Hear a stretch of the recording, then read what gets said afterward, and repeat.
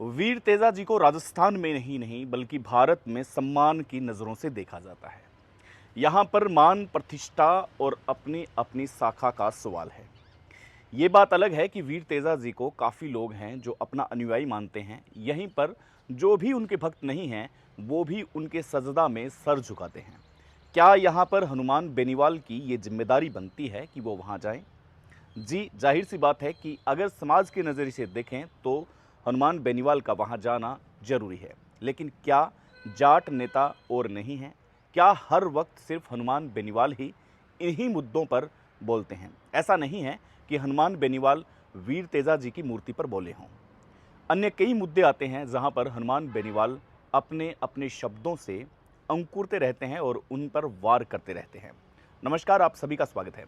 आज की जिस घटना के बारे में हम आपको सुना रहे हैं, मध्य रात्रि 3 बजे की ये घटना, शराब के नशे में धुत एक व्यक्ति जिसका नाम सिद्धार्थ सिंह, वो अपने कैफ़े से बाहर निकलता है और जैसे ही कैफ़े से बाहर निकलता है उसे घर की टेंशन इतनी मार देती है कि वो टेंशन के अंदर रास्ते में आ रही सांगानेर के आसपास वीर तेजा जी की मूर्ति को तोड़ देता है।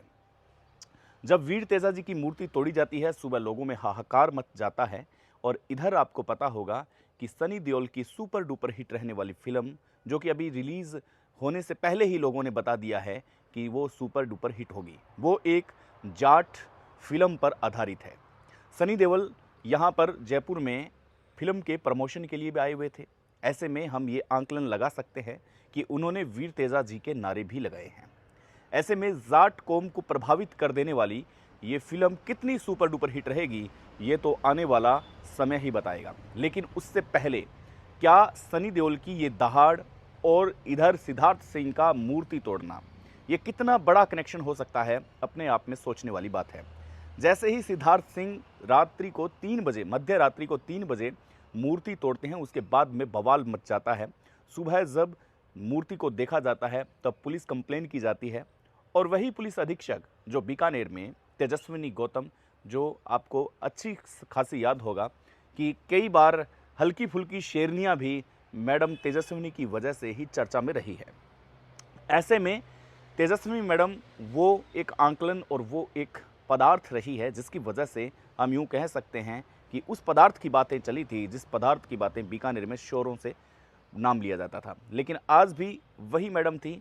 100 सीसीटीवी कैमरा खंगालने के बाद में तेजस्विनी गौतम मैडम ने एक टीम बनाई और टीम बना करके इन्वेस्टिगेशन किया और इन्वेस्टिगेशन में ये साफ हो पाया कि वो व्यक्ति कौन था। जल्दी ही उसकी गिरफ्तारी के चलते पुलिस को अपनी अपनी टीम और अपने अपने जाल बिखेरने पड़े। जैसे ही जाल बिखेरते गए तो पता चला कि एक कैफ़े है जिसका सिद्धार्थ सिंह नाम का एक व्यक्ति मालिक है, उसने ये मूर्ति तोड़ी है। जैसे ही उसको अरेस्ट किया जाता है और उसको रिमांड पे लेने से पहले ही उसे पूछताछ की जाती है और पूछा जाता है कि आखिर तुमने ये काम क्यों किया। सिद्धार्थ सिंह कहता है कि मेरी मानसिक स्थिति कुछ ठीक नहीं थी, मैं शराब के नशे में धुत था और इसी शराब के नशे में धुत होने के कारण मैं अपनी मानसिक स्थिति खो बैठा था। मुझे घर से बार बार फ़ोन आ रहे थे और घर की मानसिक स्थिति सही नहीं होने की वजह से मैंने ये काम जाने अनजाने में कर दिया है और मैं माफ़ी मांगता हूँ। यहाँ 2 बातें सामने आ सकती है। एक बात, सिद्धार्थ सिंह अगर माफ़ी नहीं मांगते तो हो सकता था कि सनी देओल की जाट फिल्म जो रिलीज़ होने जा रही है वो फिल्म कहीं ना कहीं प्रभावी होती, उनके काम पे असर पड़ता, क्योंकि वो एक कैफ़े का मालिक है। या सिद्धार्थ सिंह ने ये सोच लिया कि अब माफ़ी मांगने से ही कल्टी किया जा सकता है। ऐसे में कितना भी बड़ा शराबी हो या कितने भी बड़े मानसिक रोगी से गुजर रहा हो, कितना भी मानसिक बड़ा रोगी हो, लेकिन क्या किसी धार्मिक प्रतिष्ठा को चोट पहुंचाना ये जायज़ है? हमने सुना है कि लोग अपने अपने तरीके से कानून अपने हाथ में लेते हैं, ट्रैफिक रूल्स को नहीं आजमाते हैं, यहीं पर पुलिस की अवहेलना करते हैं, हेलमेट का प्रयोग नहीं करते हैं, सीट बेल्ट नहीं लगाते हैं। ये काफ़ी ऐसे उदाहरण हैं जो उदाहरण आजमाए जा सकते हैं। उसमें हम मानसिक रोगी कह सकते हैं या यूं कह सकते हैं कि ये डिप्रेशन का शिकार है। लेकिन किसी धार्मिक प्रतिष्ठा को, आपको बता दें कि सड़क से दूरी पर है वीर तेजा जी की मूर्ति।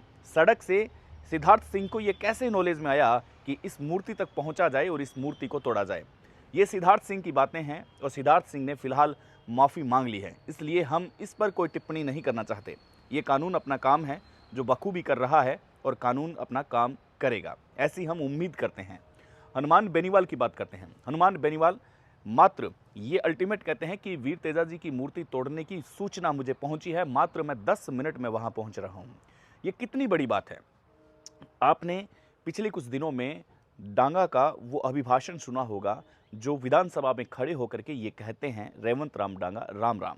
राम राम शब्द से सुशोभित किया जाता है और यहीं पर हम भी ये पहले कह चुके हैं कि जब भी राम राम शब्द से उकेरित किया जाता है तो सामने से राम राम जैसा अभिभाषण या सामने से उत्तर प्रति उत्तर आना चाहिए, लेकिन उस दिन ऐसा बिल्कुल नहीं हुआ। रेवंत राम डांगा राम राम कहते गए, बार बार वो कहते गए, बड़ों को प्रणाम कहते गए, लेकिन उस सदन में उनकी हंसी बनाई गई और ये सदन तक ही हंसी का पात्र नहीं बना रहा। इसके बाद में इंस्टाग्राम पर पूरी नागौर की धरती से उस व्यक्ति विशेष को टारगेट किया गया कि ये व्यक्ति आपका क्या भला करेगा। हम न उसके पक्ष में थे न इसके पक्ष में हैं, लेकिन क्या आप सोचिए कि राम राम कहना गलत है? अगर रेवंत राम डांगा अगर सदन में खड़े होके राम राम शब्द से अगर किसी को सुशोभित कर रहे हैं, तो फिर अगर वीर तेजा जी की मूर्ति को तोड़ा जाता है तो फिर उस पर आग बबूला क्यों हुए? यहाँ पर धार्मिक भावनाएं आहत करने का सबसे बड़ा कारण है।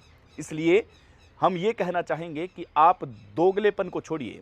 अगर रेवंत राम डांगा का राम राम कहना अगर आपको पसंद नहीं आया तो फिर वीर तेजा जी की मूर्ति पर आप इतने आग बबूला क्यों हुए? दोनों की धार्मिक प्रतिष्ठाएं हैं, दोनों का अभिवादन अपना है, दोनों की अभिव्यक्ति अपनी है। क्या किसी व्यक्ति को बुलाना, राम राम कह के संबोधित करना, क्या ये गलत है? क्या किसी व्यक्ति विशेष ने कहा है, क्या किसी धार्मिक अवस्था में या धार्मिक ग्रंथों में ये लिखा गया है कि राम राम कहने वाला व्यक्ति अनपढ़ होता है? क्या राम राम कहने वाला व्यक्ति सदन में आपकी आवाज़ को नहीं उठा सकता? क्या राम राम कहने वाला व्यक्ति नागौर की जनता का भला नहीं कर सकता? ये कौन से कानून के उस पन्नों में लिखा है जिस पन्नों का जिक्र करते हुए इंस्टाग्राम जैसे कह रहा हूँ, क्योंकि यहाँ पर लोग समझते नहीं हैं। इंस्टाग्राम पे मैं भी हूँ, लेकिन आप भी होंगे, बहुत से संत होंगे, लेकिन क्या आप इंस्टाग्राम जैसे प्लेटफॉर्म को अपना हथियार बनाते हैं? राम राम जैसे शब्द को आप नीचा दिखा रहे हैं।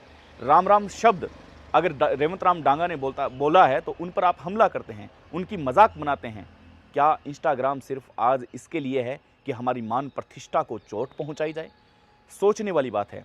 लेकिन दूसरी तरफ वीर तेजा जी की मूर्ति तोड़ी जाती है तो वहाँ पर हमारी भक्ति जाग उठती है, हम वहाँ पर लोक देवता को याद करते हैं। हालांकि गलत हुआ है, हम ये कतई नहीं कह रहे कि गलत नहीं हुआ है, लेकिन क्या रेवंत राम डांगा का राम राम संबोधित करना ये उतना गलत था?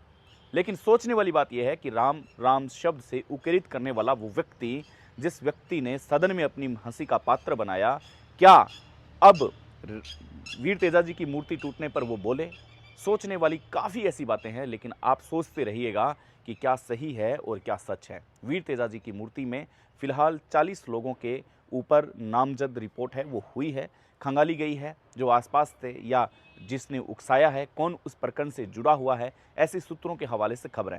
लेकिन फिलहाल सिद्धार्थ सिंह को गिरफ्त में ले लिया है। नमस्कार, आभार।